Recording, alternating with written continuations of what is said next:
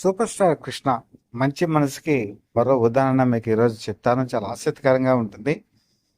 ఈ ఆసక్తికరమైన అంశం అనేక మలుపులు కూడా తిరుగుతుంది. ఆశాంతం విని మీ అభిప్రాయాలు నాకు తెలియచేయండి. సూపర్ స్టార్ కృష్ణ ముద్దాయి సినిమా మీరు చూశారు కదా. అందులో ఆయన చాలా యంగ్గా, డైనమిక్గా, గ్లామరస్గా, చార్మింగ్గా స్టెప్పులు వేస్తూ మనకు కనిపిస్తారు. పాటలో అద్భుతమైనటువంటి నటన మనకు కనిపిస్తుంది. ఆ పాటలన్నీ కూడా మనం ఆకట్టుకుంటాయి. ఆ పాటల్ని కంపోజ్ చేసింది నృత్య దర్శకుడు, కొరియోగ్రాఫర్ సలీం. సలీం ఆ ఒక్క సినిమానే కాదండి, సూపర్ స్టార్ కృష్ణ సినిమాలకి చాలా సినిమాలకు కొరియోగ్రఫీ చేశారు. మీకు జస్ట్ ఒక మచ్చుతోగా చెప్పాను అంతే. అన్నీ చెప్పడం ఇక్కడ సమయాభావం వల్ల కుదరదు కాబట్టి ఆ ఒక్క సినిమా నేను ఉదాహరించాను. అందులో కృష్ణ వేగం, కృష్ణ నటన, కృష్ణ యాక్టింగు, వీటితో పాటు పాటలు కూడా ఆ సినిమా సూపర్ డూపర్ హిట్ అవ్వడానికి కారణమయ్యాయి. ఆ పాటని కంపోజ్ చేసినటువంటి సలీం మాస్టర్. ఆ విధంగా ఆ క్రెడిట్ కూడా ఆయనకి దక్కుతుంది. ఇలాగా ఆయన దాదాపుగా ఆ రోజుల్లో ఎన్టీ రామారావుతో ఆరేసుకోబోయి పారేసుకున్నాను, అది ₹1,00,00,000 పాట, బ్రహ్మాండమైనటువంటి కలెక్షన్స్. అలాగే ఖైదీ సినిమాలో రగులుతోంది మొగలి పొద, అద్భుతమైనటువంటి సాంగు, అది కూడా ఆయన కొరియోగ్రఫీ చేశారు. అలాగే మబ్బే మసకేసిందిలే వయసు పిలిచింది, ఈ సినిమాలో కూడా ఆయన డ్యాన్స్ చేస్తూ సలీం మాస్టర్ కనబడతారు. ఇంత అద్భుతమైనటువంటి సాంగ్స్ చేస్తూ ఎన్నో, ఒక రకంగా చెప్పాలంటే టాప్ పొజిషన్కి వెళ్ళిపోయినటువంటి ఆయన ఆ రోజుల్లో 750కి పైగా సినిమాలకి ఆయన కంపోజ్ చేశారంటే మీరు నమ్ముతారా? అటు తెలుగులో కానీ, తమిళలో కానీ, కన్నడంలో కానీ, మలయాళంలో కానీ, హిందీలో కానీ ఆయన చెయ్యని సినిమా అంటూ లేదు, చెయ్యని హీరో అంటూ లేరు.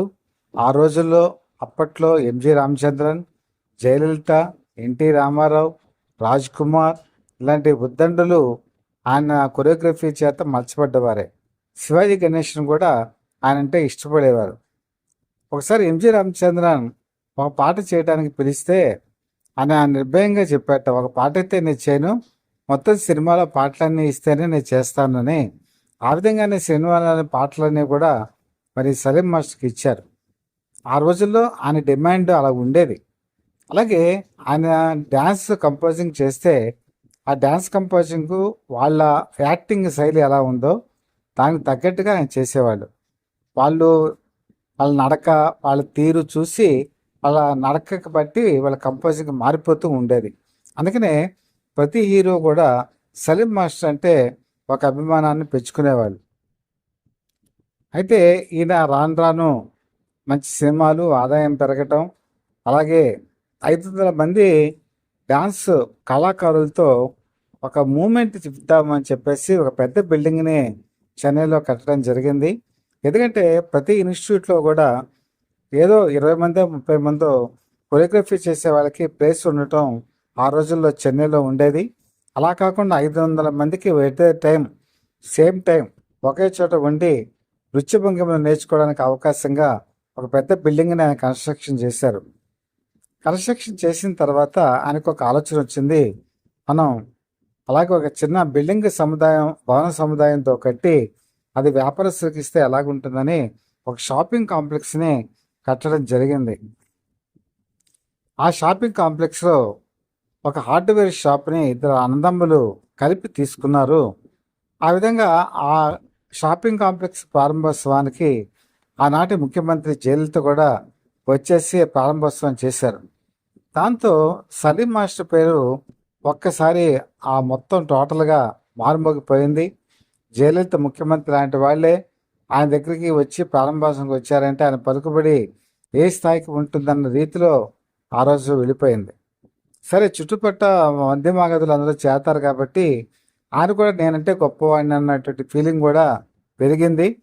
ఈ అద్దెలు వసూలు చేసేటువంటి క్రమంలో ఈ హార్డ్వేర్ షాప్ రన్ చేసేటువంటి వాళ్ళు కొంత బకాయి ఉండిపోయారు.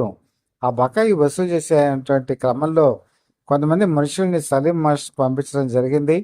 ఆ ఘర్షణలో అందులో ఒక బ్రదరు మరణించడం జరిగింది.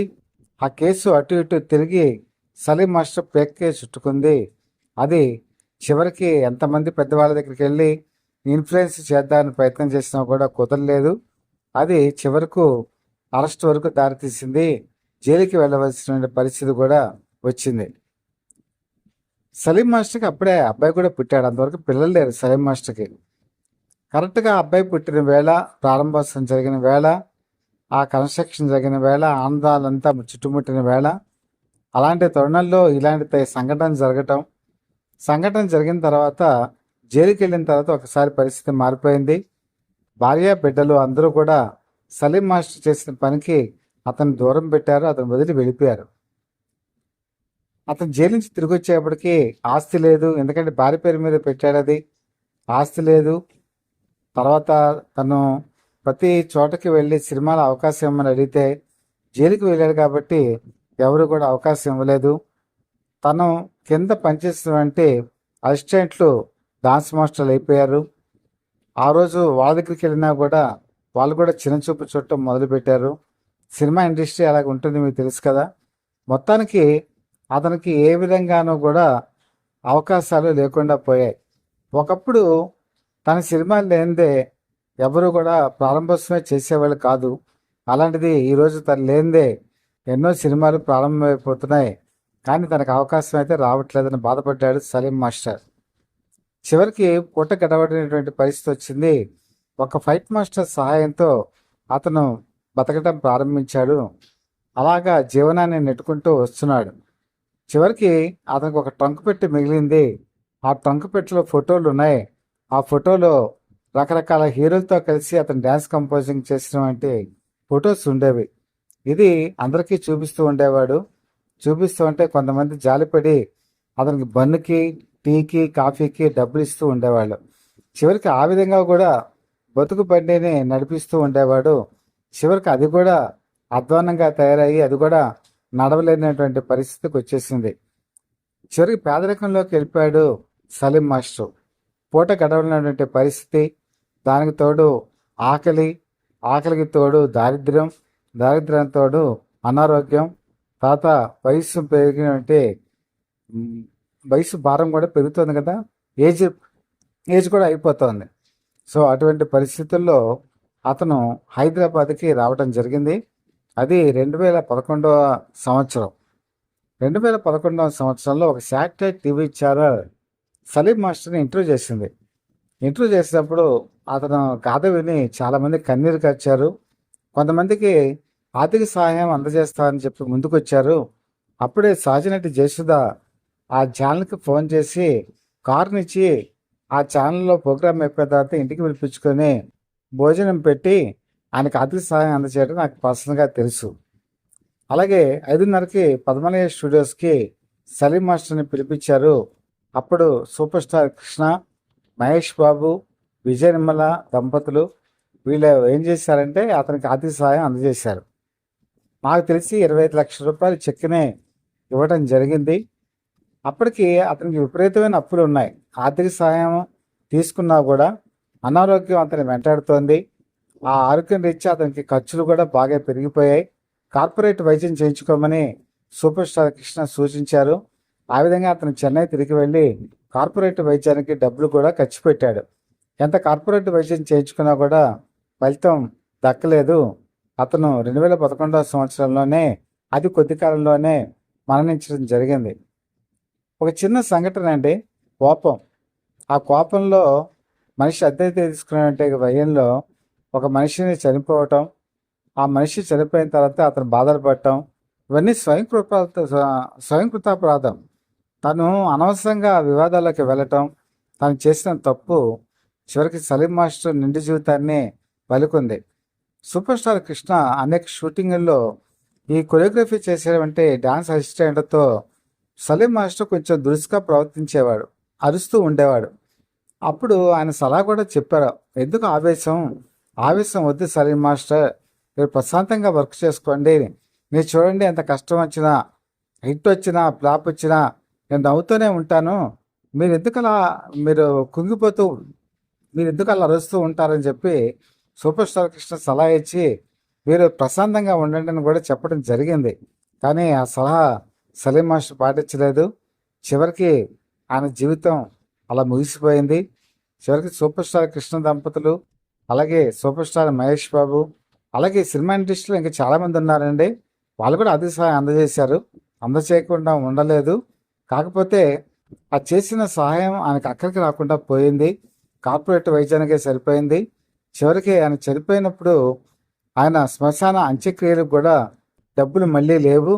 అప్పుడు సూర్య వాళ్ళ ఫాదర్ శివకుమార్ ఆయన దగ్గరుండి ఆ అంత్యక్రియల దగ్గరుండి ఆ ఖర్చులన్నీ భరించి మన అవన్నీ జరిపించారు. ఆ జీవితం అలా ముగిసిపోయింది. దీన్ని బట్టి మనం అర్థం చేసుకోవాల్సింది ఏంటంటే, మనం బాగున్నప్పుడు, మన పొజిషన్ బాగున్నప్పుడు, మనం హోదాలో ఉన్నప్పుడు అన్నీ బాగుంటాయి. ఏదైనా చిన్న తప్పు జరిగినప్పుడు అవన్నీ పోతాయి. దగ్గరున్న వాళ్ళు దూరం అయిపోతారు. కష్టాలు తరుముకొస్తాయి. చివరికి ఎవరు కూడా మనకి మిగలరు. ఇది తెలుసుకున్నాడు మనిషి జీవితం బాగుపడుతుంది. సూపర్ స్టార్ కృష్ణ లాంటి నిండైన మనస్తత్వం వాళ్ళు ఇండస్ట్రీలో ఉండబట్టే ఆ రోజుల్లో కొద్దిమందికైనా సహాయం అందింది. ఆ సహాయం పొందిన వాళ్ళలో సలీం మాస్టర్ కూడా ఒకళ్ళు. ఈ విషయం మీకు తెలిసే ఉంటుంది, కానీ మరొకసారి మేము ముందుంచుతున్నాను. ఈ కన్నిటి విన్న తర్వాత మీరు ఏమనుకుంటున్నారో మీ అభిప్రాయాలని కామెంట్స్ రూపంలో తెలియచేయండి. అలాగే మా ఛానల్ని మీరు సబ్స్క్రైబ్ చేసుకోండి. ఎందుకంటే మీ సబ్స్క్రిప్షన్ మాకు నైతిక బలాన్ని ఇస్తుంది, అలాగే మాకు సపోర్ట్ కూడా ఇస్తుంది. మీరు ఎప్పుడు కూడా ఇలాంటి విషయాలు మేము ముందు ముంచాలని మనస్ఫూర్తిగా తెలియజేసుకుంటూ, మీ మిత్రుడు శ్రేయోభిలాషి Satya for the people live TV chief editor DVSS Krishnaprasad.